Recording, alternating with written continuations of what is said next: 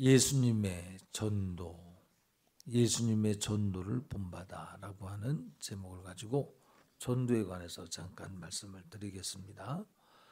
전도라고 하는 것은 예수 믿는 사람의 수를 더하게 하는 것이요, 예수 믿는 사람의 수를 더하게 한다라고 하는 것은 단순히 교회의 멤버, 교회의 성도 수를 많게 한다라고 하는 의미를 가지면 그것은 세속적인 생각의 것이고, 성경에서 말하는 전도의 의미가 되는 것이 아닙니다. 전도는 교회의 숫자를 많게 한다라고 하는 말을 포함을 하죠. 왜냐하면 예수 믿어서 구원받는 자의 수를 늘려야 되기 때문에, 예수 믿어서 죄인이 변해서 의인이 되고 지옥 갈 영혼이 천국 가게 되는 사람들이 많아지도록 해야 된다. 영생에 이르도록 전도해야 된다. 협의적 의미에서는, 적은 의미에서는 성도들 가운데 끝없는 전도로서 계속해서 재생산의 역사가 나타나야 된다. 성도들 사이에 섬기고 각자에게 맡겨진 날마다 자기에게 맡겨진 십자가를 바로 지고 믿음의 생애를 삶으로써 성도의 본이 무엇이며, 또 연약한 성도가 십자가 지고 침묵하며 도수장으로 끌려가는 양과 같이, 털 깎는 자 배양과 같이 입을 열지 아니할 때 무시당하고 바보같이 여기 받을지라도 그 길을 잘 가는 믿음의 무리를 통해서 뒤따라가는 성도들이 세월 속에서 그의 믿음의 진정성을 알아보며 진국인 크리스찬이 되어가는 것이, 그 힘을 가지고 교회 공동체에서 얻은 믿음의 신앙의 능력을 가지고 세상에 나가서 또 그렇게 사는 것이. 세상은 예수 믿는 사람을 기뻐하지 않는다고 그랬어요.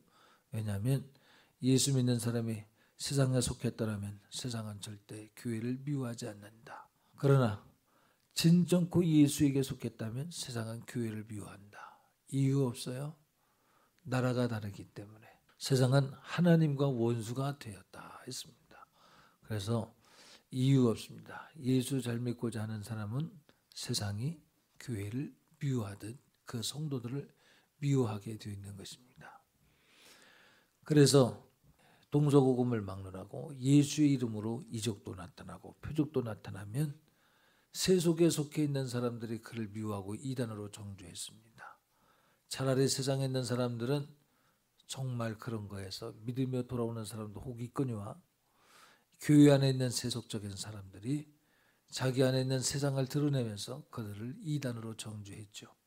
오늘 본문 말씀 보면 바리새인들과 서기관들이 하나님을 섬긴다고 하는 무리들이 죄인과 세리들과 더불어 그 당시에 죄의 무리로 갈라치게 해놓은 그 무리들이 예수님과 더불어 식사를 하니까 그것에 관해서 정죄하기 시작했습니다. 아니, 예수라는 사람이, 예수라는 선생이 거룩한 말씀을 가르친 줄 알았더니 유유상종이라고 죄인들과 함께 하시네. 그러면서 예수님을 비난하는 것이에요. 하나님을 열심히 섬긴다고 하는 무리가 하나님이 육신을 입고 이 땅에 오셨지만 그 하나님을 몰라뵈서 지금 비난하는 것입니다. 그러나 예수께서 그들의 소리를 들으시고 말씀하십니다. 건강한 자에게는, 거기서 읽어봅시다. 시작. 건강한 자에게는 의원이 있을 때였고 병든 자에게라야 쓸데 있느니라. 내가 의인을 부르러 온 것이 아니요 죄인을 부르러 왔노라 하시니라. 아멘. 우리나라 속담이 하나님 말씀과 견줄 것은 아니지만 이해를 돕기 위해서 호랑이를 잡기 위해서 호랑이 굴에 들어간다 함과 같이 죄인을 부르러 오셨기 때문에 죄인들 사이에서 함께 식사하신 거죠. 식사라고 하는 것은 그때 한 공동체다, 하나 되었다라고 하는, 그렇게 고백하는 의미가 짙은데, 예수께서 그럼 죄인이냐? 그것이 아니죠. 거꾸로 본 거죠. 죄인이지만 예수 그리스도와 함께함으로 인해서 의롭게 될 수 있다고 하는 사실로 해석을 해야 되는데, 육의 눈으로 보기 때문에, 종교인의 눈으로 보기 때문에 하나님의 신령한 뜻을 알아보지 못하는 것이에요. 기독교는 종교가 아닙니다. 여러분은 종교인이 아니에요. 우리는 생명이요 길이요 진리입니다.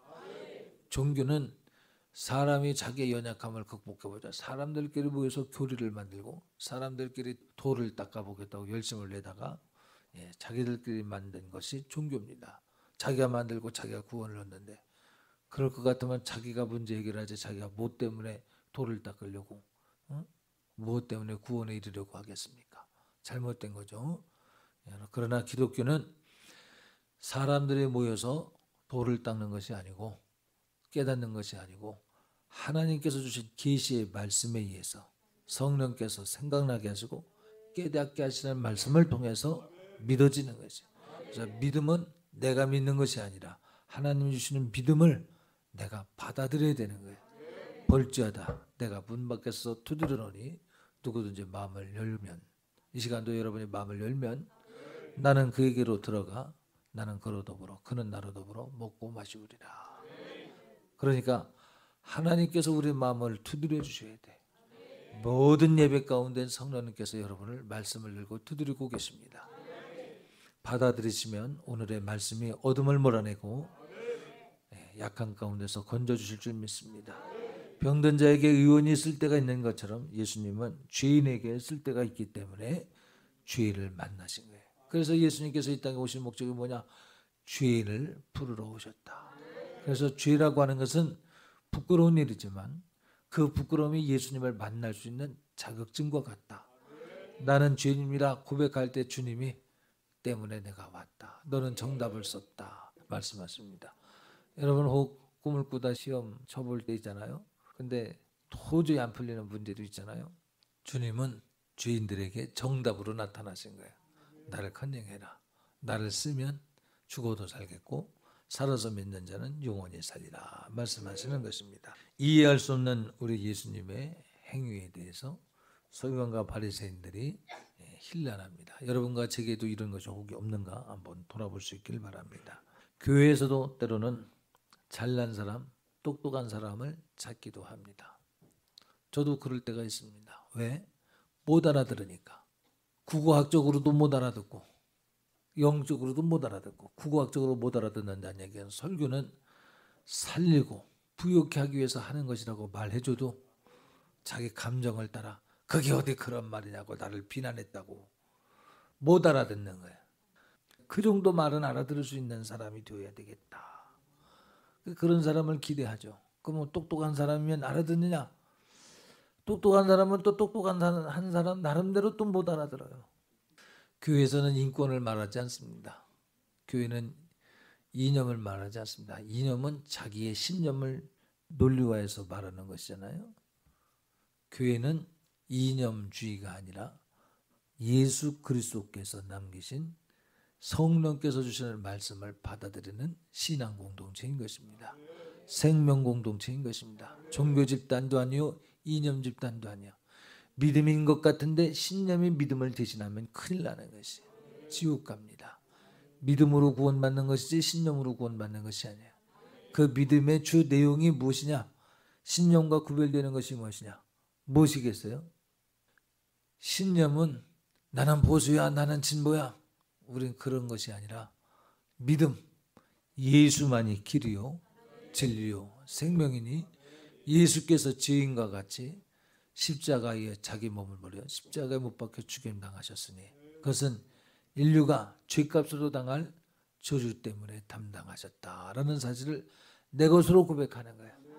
내가 거짓말했고 내가 미워했고 시기했고 다툼을 일으켰으며 내 이웃을 거짓 증거하지 말라 했지만 거짓 증거했으며 각양의 죄가 있지만 그 죄를 용서해 주실 주님을 십자가 위에서 그 모든 죄짐을 담당하시기 위해서 내가 담당해야 될 저주를 다 담당하시어 수치와 모욕 가운데 벌거벗김을 당하여 죽임당하신 것입니다.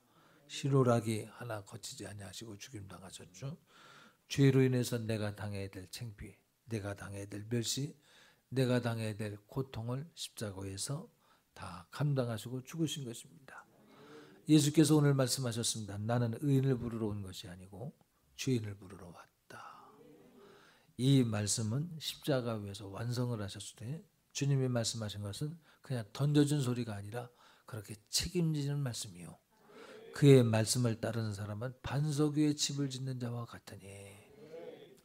여러분 안에 시기심이 올라올 때가 있잖아요. 정의라고 하는 명분 안에서 교회를 비판하고 싶을 때도 있잖아요. 정의라는 이름 아래서 목회자들을 힐난하고 싶을 때도 있지 않습니까? 그러면 그 본래의 위치를 찾아야 돼. 저도 마찬가지입니다. 우리 대한민국이 참 국민성이 착하지만 그래도 나름대로의 질서의식이 있게 잘 자라간 영역은 예수 믿는 사람들이 표가 나건 나지 않건 간에 세상에 나가서 교양 있게 품 있게 살아들인 그 소금의 맛이 잘 영향력을 끼쳤기 때문에 다른 여타한 나라들보다 조금 더 고품격의 인격을 가진 나라가 되었다. 저는 그렇게 자부를 합니다. 이와 같이 여러분이 정말 예수 믿는 사람으로서의 품격 있는 신앙생활 잘 해주시길 다시 한번 촉구합니다. 그래서 예수님은 우리 생각과 전혀 다른 종교인들이 생각하는 바리새인과 서기관들이 종교인으로서 생각했던 그 생각과는 다른 믿음관을 가지고 대하시기 때문에 서로 충동하는 일이 생긴 것입니다. 주님의 답은 내가 길이요 진리요 생명이다. 좀 더 강력하게 말하면 주님이 하시는 것은 틀린 것이 없다. 왜 틀린 것이 없어요? 서기관과 제사장들이 볼 때, 바리새인들이 볼 때 틀렸는데 왜 틀린 것이 없어요? 늘 말씀드렸죠. 주님은 책임을 지시기 때문에 당신이 한 행동에 대한 결과, 열매로서 책임져 주시기 때문에 예수를 믿는 자는 죽어도 살겠고 살아서 믿는 자는 영원히 살리라 책임지시기 때문에 예수님은 독재라니까 그래도 괜찮아. 왜? 책임지시니까. 독재해서 나를 지옥으로 보낸다면 그것은 우리가 항거할 만한 이유가 되죠. 그러나 그 독재가 결국은 내게 유익이요. 성도들에게 고난은 유익이라. 아멘. 예수를 더 알아가고 하나님을 더 알아가게 하는 하나님의 비법이다. 책임지신다는 것이. 그 비법이 뭐겠어요? 사람의 생각으로 볼 때는 이렇게 해서 내가 정말 예수 믿는 사람으로서 사는 것인가? 예수 믿으면 평강이 있다고 했는데 그런데 고난을 통해서 점점 알아보니 그 평강은 욕심이 가득해서 욕심을 채운 평강. 그런 욕심이 채워지는 평강을 관에서 행한다면 이 의원들이 자기 사리 사욕을 취하며 나는 평안하다 나는 배부르다 하지 않겠는가? 나도 너도 욕심 없이 이건 욕심이 아닌데요. 맞아. 욕심이 아닌데도 불구하고 왜 내게는 이런 고통이 고난이 있으면서 하나님은 내게 평안을 주노라 말씀하십니까? 거짓말쟁이 아닙니까? 하지만 그 고난을 통해서 썩어지는 미랄이 되고 30배, 60배, 100배의 열매를 맺어 한 성읍에서 한 거리에서 찾는 의인 하나가 있으면 그 성읍을 내가 구하리라 말씀하신 것 같이 의로운 자가 당하는 고난이 겉으로 볼 때는 하나님이 안 계신 것 같으나 살아계신 주님 하늘의 미랄이 땅에 떨어져 썩으면 이 성읍이 구원받는다. 하나님의 사랑은 그것입니다. 죄 없으신 하나님의 아들이 이 땅에 오셔서 당신의 몸을 십자가에 달게 하신 것처럼 성도들에게도 그 믿음을 살아드리길 원하시는 것이. 사람들이 볼 땐 고난만 보이지만 하나님 보실 땐 그 열매가 보이는 것이. 자, 오늘 본문 말씀도 보니까 의인을 부르러 오셨다 하고는 18절 이하 좀 볼까요? 본문 말씀. 이제 알페오의 아들 레위의 직업이 뭐예요? 레위를 선택합니다만 알페오의 아들 레위가 직업이 뭐라고 그랬어요? 세리죠. 그런 레위인들, 그 레위인에 대해서 예수님 뭐라고 그랬어요? 나를 좇으라. 누가 봐도 죄인인데, 누가 봐도 매국노인데, 누가 봐도 하나님의 성전에 들어와서는 안 되는 자인데 그에게 나를 좇으라 하시니. 예수님의 통찰력은 우리와 다른 것이. 책임지신다고 하셨죠. 그 레위인이 어떠한지는 성경에 대해서 기록하고 있지 않기 때문에 추측을 감히 말하지는 않겠습니다. 그러나 예수님이 결과적으로 볼 때 레위인에게 나를 좇으라 하실 때는 그의 미래의 소망을 가는 것이. 여러분, 교회 내에 잘난 사람이 있고 다소 못난 사람이 있을 수 있고 똑똑한 사람이 있고 조금 어둔한 사람이 있을 수 있겠죠. 그러나 우리 예수 믿는 사람들은 그 가치 기준에서 머물러 있지 않냐고 그 미래의 소망을 바라보며 함께 전도해 가는 거예요. 협의적 의미에서 전도, 교회 안에 성도들끼리 서로를 전도해 가는 거예요. 지금은 말귀 못 알아듣고 예를 들면 주님과 전혀 반대적인 말을 할지라도 하나님께서 그 속에 또 어떻게 일하실는지 모르기 때문에 여러분 어거스틴이라는 사람을 잘 아시죠? 그의 과거의 삶은 여러 종교를 섭렵하며 또 타락한 삶도 살고 했지만 그가 예수를 영접하고 그가 감독이 되고 초대교회의 강력한 역사, 중세교회까지 강력한 역사를 이루어가는 성자가 되었습니다. 여러분, 하나님은 우리의 지금 현실을 보는 것이 아니고 과거만 보시는 것이 아니고 현재와 과거에 무능하고 무지하고 어리석고 죄인된 것은 용서해 주시길 원하시고 우리의 미래가 하나님의 사랑에 강력하게 붙들려서 새롭고 산 피조물로서 살기를 하나님은 원하신 줄 믿으시기 바랍니다. 그래서 우리 교회는 핏짝 안에 십자가를 쳐주며 못 알아듣지만 몸짓을 하는 것이에요. 말하는 것이에요. 때가 되면 성령께서 생각나게 하시고 깨닫게 하시는 그날이 되면 그도 알고 생각나고 깨닫게 될 것이고 깨닫게 되는 그날에 자기 옷깃을 스스로 요미며가며 내가 봐왔던 믿음의 선진들을 다시 헤아려가며 다시 깨달아가며 따라가는 것이 애매한 소리 할 때 억울하지만 침묵했고 엉뚱한 소리 했지만 십자가 지기까지 그러고 보니 그는 내게 말하지 않았지만 나를 위해서 기도해왔구나. 내가 이렇게 돌아설 수 없는 인격적 상태였는데 내가 이렇게 돌아설 수 있었던 것은 그의 골방에 기도가 있었구나 라고 하는 것을 시인하게 되며 나도 그렇게 살아야겠다. 골방의 신앙, 골방에 기도하는 신앙. 아멘.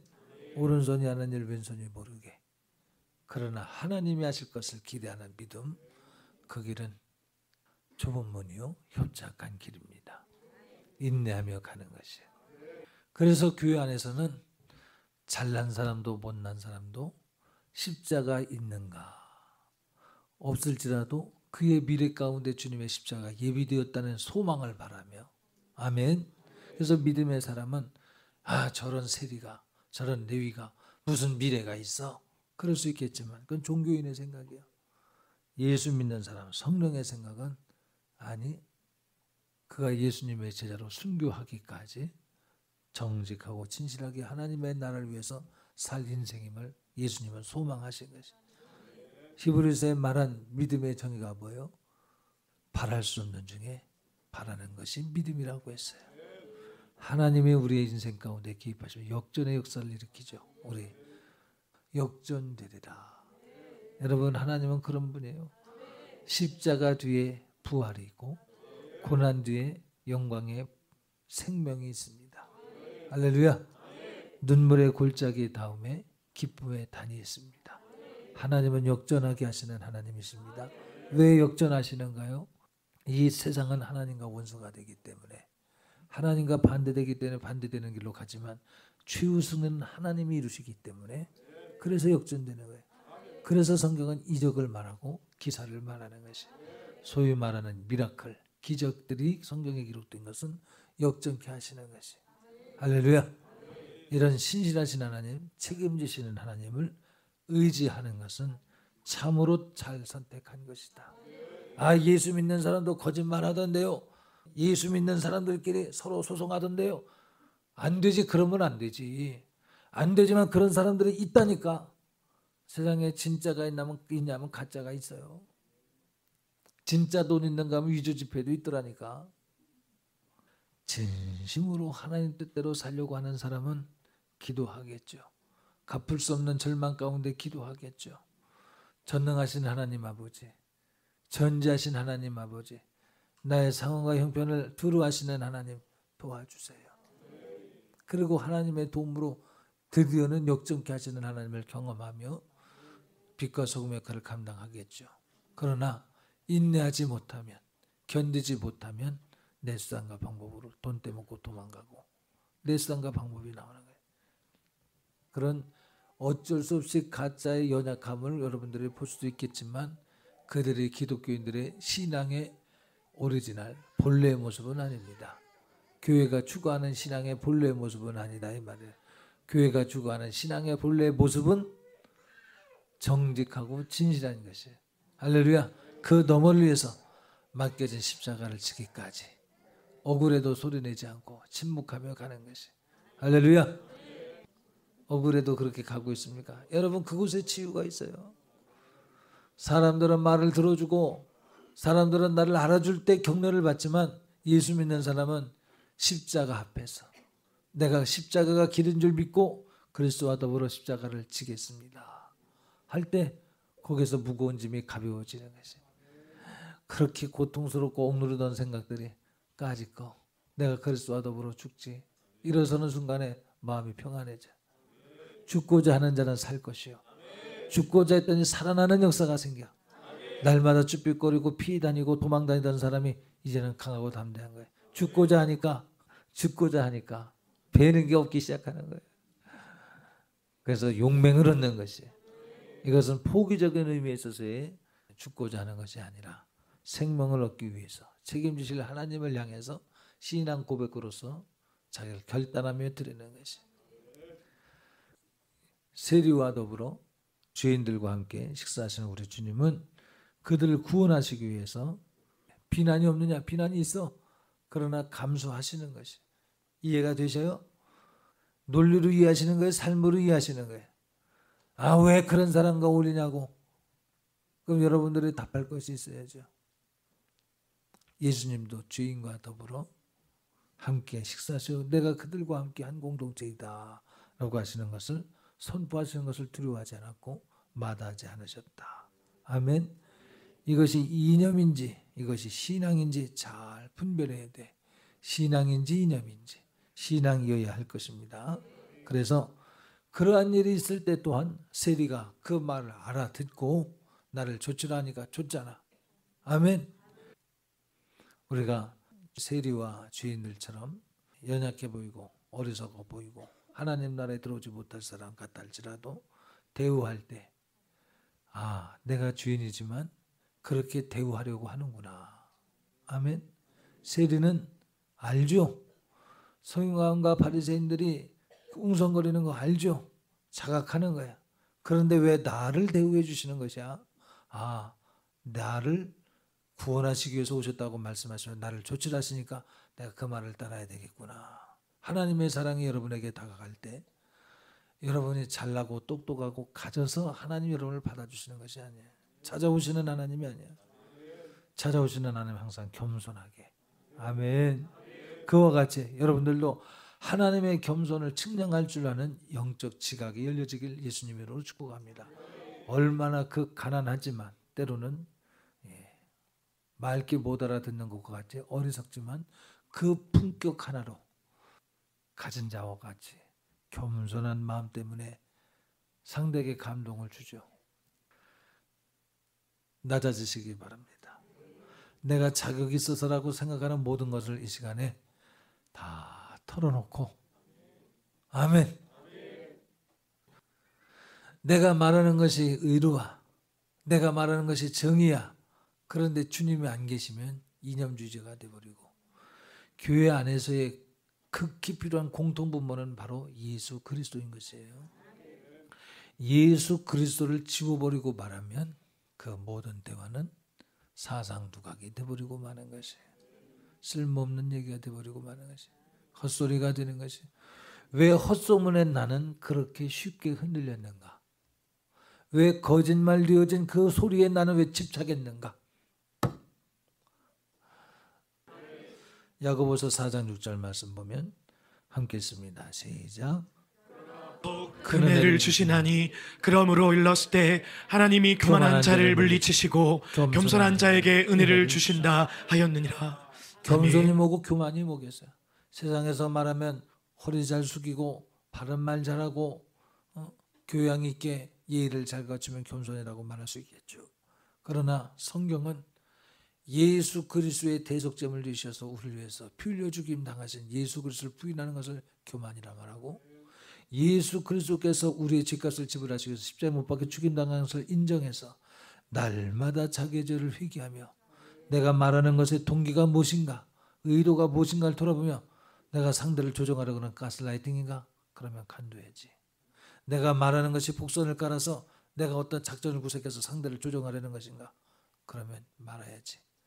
내가 말하는 것이 그리스도의 사랑이 조금이라도 묻어있다면 그 사랑이 저 사람들이 전도되어서 예수 믿는 사람이 되어진다면 그래서 항상 예수 그리스도가 동기가 되어진다면 그런 말 하는 사람, 그런 행동을 하는 사람을 겸손한 사람이다 말하는 거예요.